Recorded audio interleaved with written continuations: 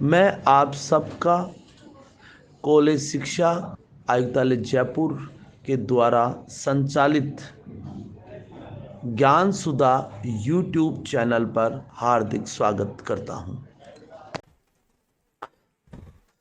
देखिए, स्पर्मेटिड है। स्पर्मेटिड के अंदर आपकी गोल्जी बॉडी है, न्यूक्लियस भी है। न्यूक्लियस के शीर्ष भाग के ऊपर अगर आप देखें, फॉर एग्जाम्पल के लिए मान लीजिए बच्चों, ये क्या है? स्पर्मेटिड है, ठीक है। और मान लीजिए स्पर्मेटिड के अंदर ये क्या है बच्चों? न्यूक्लियस। ये क्या है? न्यूक्लियस। और न्यूक्लियस के यहां पर अगर आप लोग देखें तो आप लोगों को ये क्या नजर आती है?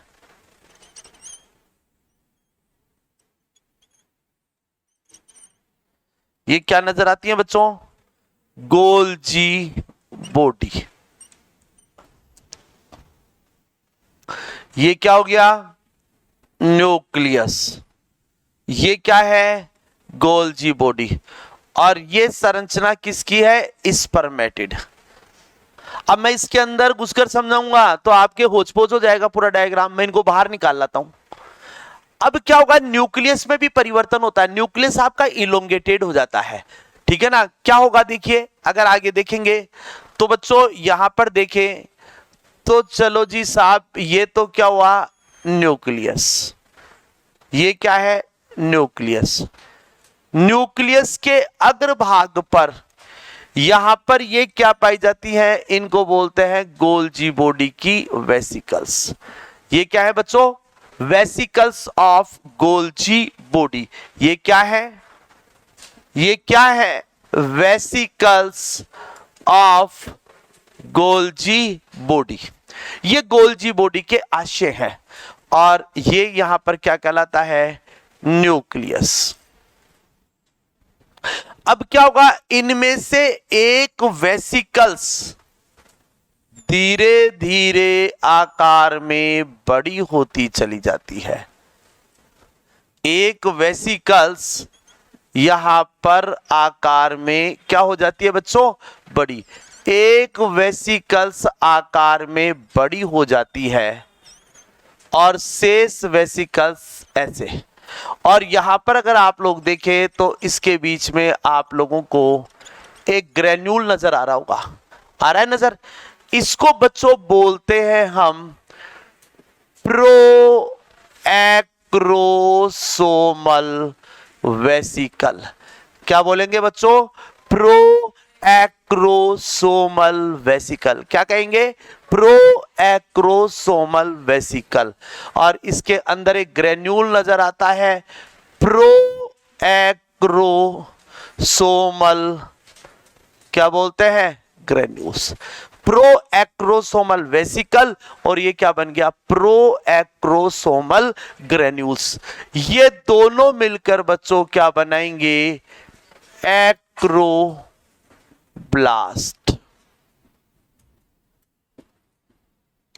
क्या बोल सकते हैं? आगे चलकर एक्रोब्लास्ट ही बनेगा। क्या बनाएंगे? एक्रोब्लास्ट। क्या हुआ? केंद्रक के अग्रभाग पर गोल्जी काय के आशय आकार एकत्रित होने लगते हैं। इनमें एक आशय आकार में बड़ा होने लगता है। इसे प्रो एक्रोसोमल कणिका कहते हैं, प्रो एक्रोसोमल आशय। और इसमें एक कण दिखाई देता है जिसको प्रो एक्रोसोमल कणिका कहते हैं। अब क्या होगा जी? अब यहां पर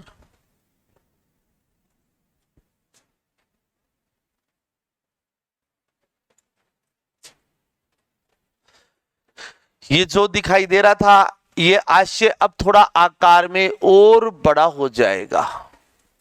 इसमें ये ग्रेन्यूल्स बड़ा दिखाई देगा और ये गोल्जी का शेष भाग, ये गोल्जी का रिमेनिंग भाग तो क्या कहलाता है? Golgi rest. और ये क्या कहलाएगा?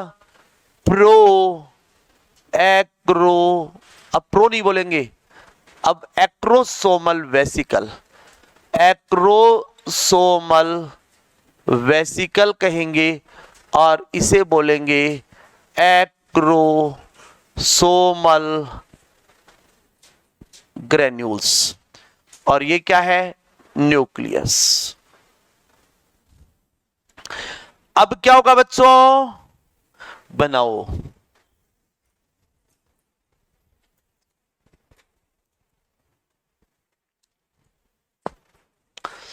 अब यहां पर केंद्रक की झिल्ली और एक्रोसोमल आशय की झिल्ली के मध्य कुछ परिवर्तन देखने को मिलेंगे।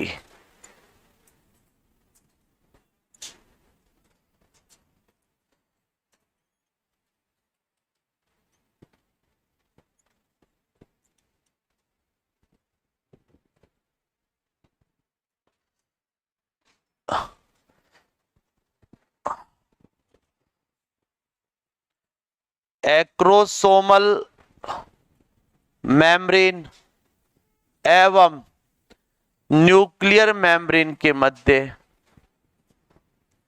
इंटरेक्शन होता है।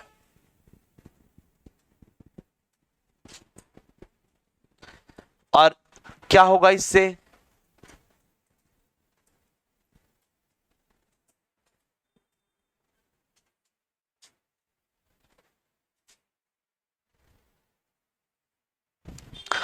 यहां से एक्रोसोमल आशय की झिल्ली फट इंटरेक्शन होता है।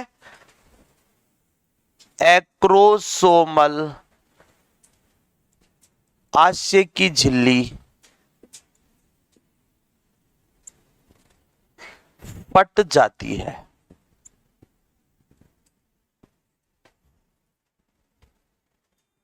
और यहां पर ये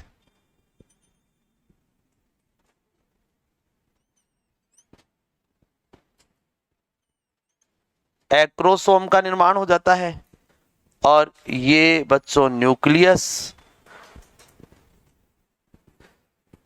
और फटी हुई जो झिल्ली है वो यहां पर, अब जैसे मान लीजिए मैं इसको ब्लू कलर से बना दूं झिल्ली को,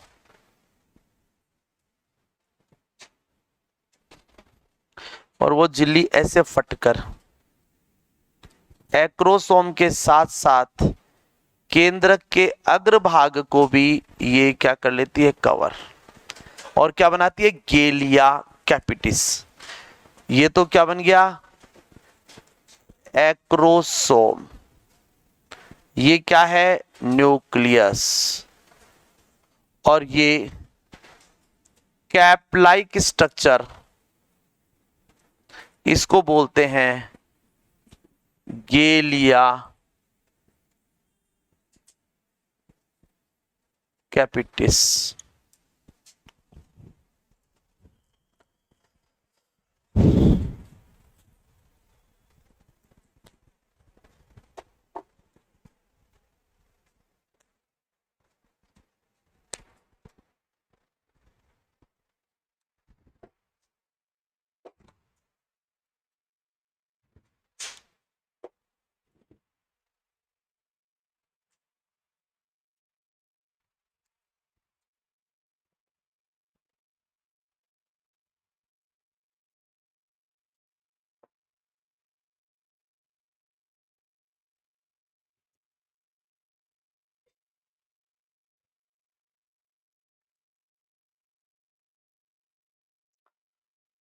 हो गया क्या भाई सबका?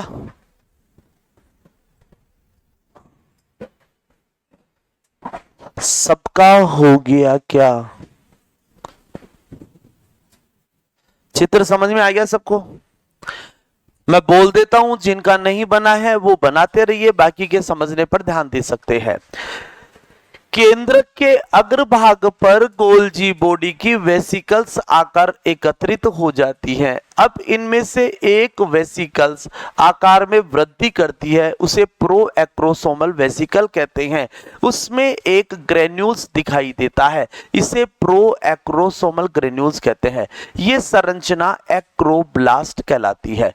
अब धीरे धीरे जो प्रोएक्रोसोमल वेसिकल है आकार में और बड़ा हो जाता है, इसे अब एक्रोसोमल आशय या एक्रोसोमल वेसिकल कहते हैं। और इसमें एक ग्रेन्यूल होता है, इसे हम लोग क्या बोलेंगे, एक्रोसोमल ग्रेन्यूल कहते हैं। क्या कहते हैं इसको, एक्रोसोमल ग्रेन्यूल कहते हैं। अब क्या होगा, केंद्रक झिल्ली एवं एक्रोसोमल आशय की झिल्ली के मध्य इंटरेक्शन होता है, अन्योन्य क्रिया होती है। तो जिससे क्या होगा, एक्रोसोमल आशय की झिल्ली फट जाती है। झिल्ली के फटते ही एक्रोसोमल ग्रेन्यूल केंद्रक के अग्रभाग पर एक्रोसोम का निर्माण कर देता है। ये जो एक्रोसोमल आशय की झिल्ली है, ये एक्रोसोम के साथ साथ न्यूक्लियस के अग्रभाग को भी कवर करती है और एक टोपी नुमा रचना बनाती है। कैसी रचना बनाती है बच्चों, एक टोपी नुमा रचना बनाती है। इसे हम क्या बोलते हैं, गेलिया कैपिटिस कहते हैं। बात समझ में आ गई। ये सब आपका एक्रोसोम। अब आइए केंद्रक भाग में परिवर्तन।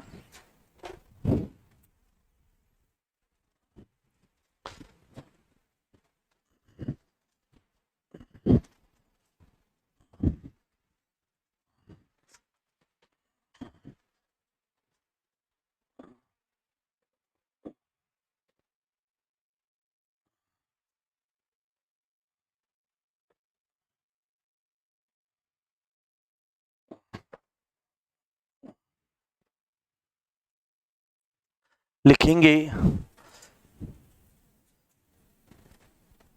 चेंज इन न्यूक्लियस, केंद्रक भाग में परिवर्तन। Change in nucleus, change in nucleus, केंद्रक भाग में परिवर्तन। Change in nucleus. देखिए, अगर आप लोग स्पर्मेटिड्स को देखें तो स्पर्मेटिड का जो न्यूक्लियस है, ये क्या है बच्चों, स्पर्मेटिड। और ये क्या है, स्पर्मेटिड का न्यूक्लियस। स्पर्मेटिड्स का न्यूक्लियस कैसा होता है, गोल होता है, ठीक है ना। इसमें DNA plus stone protein plus RNA plus जल उपस्थित होता है। कैसा होता है, ये गोल होता है, डीएनए स्टोन प्रोटीन आरएनए और क्या है, जल उपस्थित है। अब केंद्रक भाग में जब परिवर्तन होगा तो गोल केंद्रक जो है वो कैसा हो जाएगा बच्चों, दीर्घाकार हो जाएगा। कैसा हो जाएगा, यहां पर न्यूक्लियस जो है वो कैसा होगा, इलोंगेटेड होगा। कैसा होगा, दीर्घाकार। कैसा होगा, चपटा, फ्लैट। कैसा हो जाता है, इलोंगेटेड हो जाता है, दीर्घाकार, चपटा हो जाता है। इसमें केवल डीएनए उपस्थित होता है। हमारा मोटो क्या है, स्पर्म को हल्का बनाना। तो स्पर्म को हल्का बनाने के लिए क्या करना पड़ेगा, फालतू की जितनी भी चीजें वो सब हटानी पड़ेंगी। केवल क्या पाया जाएगा, डीएनए। डीएनए के साथ में यहां पर प्रोटामीन्स प्रोटीन पाई जाती है।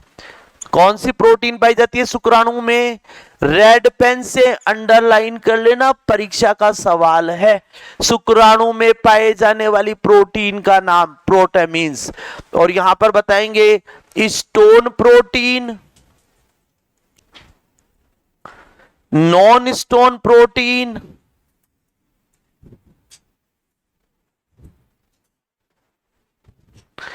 आरएनए और जल। इन सब का लॉस हो जाता है। इन सब की यहां पर क्या होती है बच्चों, हानि।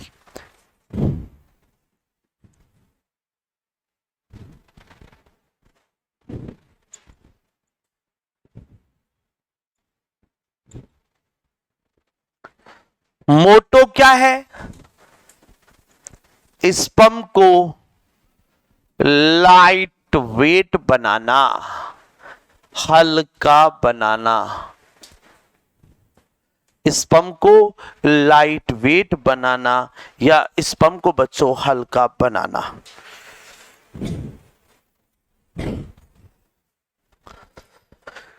तो डीएनए, स्टोन प्रोटीन, आरएनए, जल और एक को लिख लो केंद्रिका, न्यूक्लियोलस, ये सब पाए जाते हैं। और यहां पर न्यूक्लियोलस भी नष्ट हो जाती है, केंद्रिका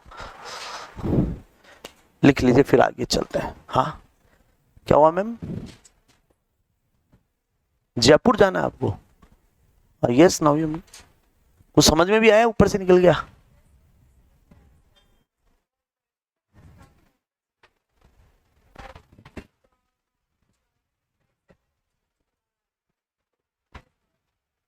ले लीजिए। है मतलब क्या? मैडम हमारे ममता बहन जी को फ्रेंड बना लो आप, गजब की है ये, बहुत। ले लो 9828321931, डॉक्टर चेतन जोशी।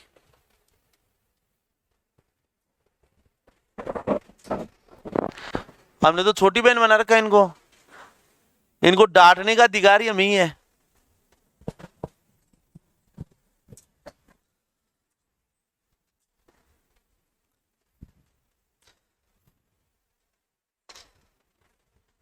क्या हो गया नीतू मैडम?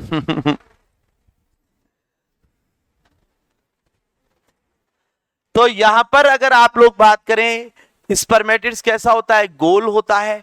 यहां पर आप लोग बताएंगे डीएनए के साथ क्या पाया जाता है, स्टोन प्रोटीन क्या पाया जाता है, आरएनए, जल उपस्थित है, नॉन स्टोन प्रोटीन यहां पर क्या होता है, ये भी प्रेजेंट है, न्यूक्लियोलस भी प्रेजेंट है। लेकिन जब यहां पर जब इस पर मियोजेनेसिस की क्रिया होती है, कौन सी क्रिया बच्चों? इस पर मियोजेनेसिस की क्रिया चलती है, यानी कि जब मेटामॉर्फोसिस की क्रिया चलती है तो केंद्रक गोल जो था वो कैसा हो गया? दीर्घाकार, चपटा। यहां पर डीएनए, वहां पर भी डीएनए प्रेजेंट है। यहां पर stone, non stone protein, RNA, nucleolus present है। यहां पर भैया डीएनए के साथ केवल प्रोटामीन्स प्रोटीन प्रेजेंट होती है। Stone protein, non stone protein, RNA, जल और न्यूक्लियोलस सब यहां पर नष्ट हो जाते हैं, सब डिग्रेड हो जाते हैं। केवल डीएनए उपस्थित है। ये डीएनए नर के आनुवंशिक लक्षणों को एक पीढ़ी से दूसरी पीढ़ी में संचरित करता है। लाइन लिख डालो। ये डीएनए मेल के हेरिडिटी कैरेक्टर को, ये डीएनए मेल के हेरिडिटी कैरेक्टर को, मेल के हेरिडिटी कैरेक्टर को, नर के आनुवंशिक लक्षणों को एक पीढ़ी से दूसरी पीढ़ी में, एक पीढ़ी से दूसरी पीढ़ी में संचरित करता है। Transmission of heredity character of male from one generation to next generation.